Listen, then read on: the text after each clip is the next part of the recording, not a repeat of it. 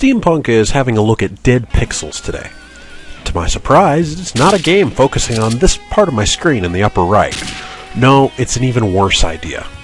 It's a zombie game. If there's one thing that's deader than zombies, it's games about them. Besides, Dead Pixels has some huge shoes to fill. The zombie subgenre may be dead, but there's already been a few amazing games in the category. Left 4 Dead and its expansion pack are 2 phenomenal examples already on Steam. Hell, we even have a land-breaking game where the player is a zombie. Rise from your grave. Dead Pixels stars Mega Man, who is apparently falling on hard times these days. I guess Dr. Light was too busy worrying about people taking over the world to prepare for a zombie attack. On the other hand, the entire game is stylized as a grindhouse movie, so maybe Mega Man has gone from hero to exploitation movie star. I'd suspect he could do better, but maybe that's the kind of movies he's into. After all, the Colonel loved exploitation films. Isn't that the most wonderful chicken you ever ate? 100% serious, that's the Colonel, as in Kentucky Fried Chicken.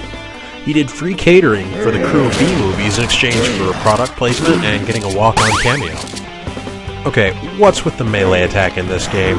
I'm shoving my shotgun an inch forward into a zombie. How is it going to stop him? Holy crap! Mega Man wields the power cosmic! How does a gentle nudge like that make their head explode?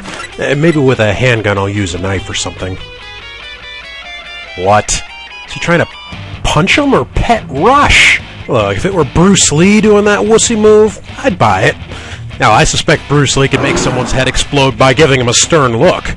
After all, there's nobody more badass than Bruce Lee. Except Kai, of course. I'm a graduate student in electrical and computer engineering. As far as game mechanics, the controls are a bit odd, but not impossible to handle. Once you're used to them, they're not that hard to work with. There are houses to raid for stuff and merchants scattered throughout the city. Apparently, they've decided to barricade themselves in zombie-proof rooms and gather up piles of cash, then run to the last chopper out of town. I would expect it to be a risky idea, especially given that our game already seems to take place in River City, well, with every zombie dropping a coin upon death, and meaning that you get rich just leaving. So there's 3 major game modes. Dead Pixels, where you're trying to find a helicopter to escape the city. Survival, where you go until you die. And The Solution, a Dirty Dozen type mode where you don't have character upgrades and you deal with the problem at its source.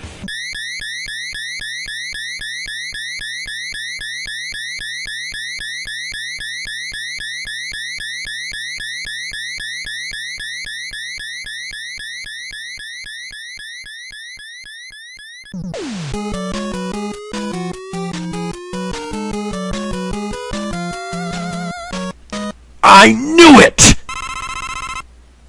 Now, as a positive, the game does support local co-op. I don't know why many game developers seem to hate local co-op. Back when I had friends, my game purchases were, more than once, influenced by local co-op. However, if your co-op buddies aren't nearby, Dead Pixels does not have network multiplayer. Another note that could influence your opinion of Dead Pixels. When I first played, I thought and played like I was playing Resident Evil. Conserve your ammo, run like hell, only fight if you have to. After an extended break, I came back and tried something a little different. Instead of thinking Resident Evil, I thought Resident Evil 5, when the series became undeniably action games that happened to have zombie-like creatures in them. Given that every zombie drops cash on death, as long as you move forward, you should keep enough cash to have enough ammo to keep fighting your way forward. Now, while the Solution game mode doesn't have traditional shops and instead allows you to buy supply drops from the military, this clip shows a feature I find very convenient. Weapons and ammo are all color-coded. At a glance, I know red bullets fit red guns.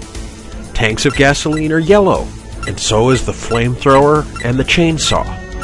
This is just incredibly convenient for me. I love it. I am glad to know at a glance what kind of ammunition I need to work with. So, zombie games. Dead Pixels is in a tough category, but it definitely still has some unlife in its bones. It's a fun action game, but it's not a scary game. If you're looking for action, you could easily do a lot worse than Dead Pixels. If you're looking for horror, well, really there aren't that many good scary games. You should probably get a movie.